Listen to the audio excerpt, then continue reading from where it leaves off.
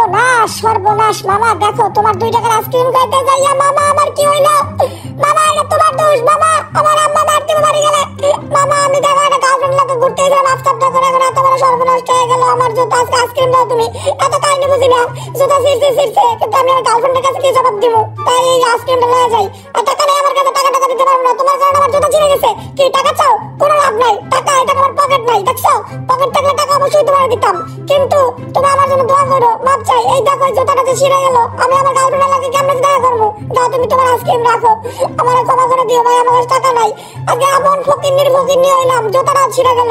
যাও ঘরে সরা ভাই, দাঁড়াও মামা দাঁড়াও, আমার জুতা ছিঁড়ে গেছে, আমার একটু সামনে মতো নিয়ে যাও তো।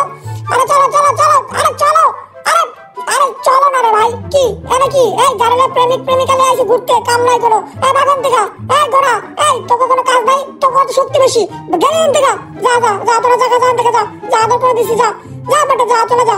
আমার কপালটাই খারাপ, সবাই ঘোড়ার গাড়ি নিয়ে প্রেম করে, আর আমি পোড়া কপাল নিয়ে জোতাটা পর্যন্ত ছিঁড়ে গেছে। এই কাম ধরলাম, এই আফতাব নগরে প্রেমের গোষ্ঠী গেলে আমি কোনো প্রেম করবো না। আরে ভাই যাও, তোমরা জাহান্নামে যাও, আমার কোনো প্রেম লাগবে না ভাই।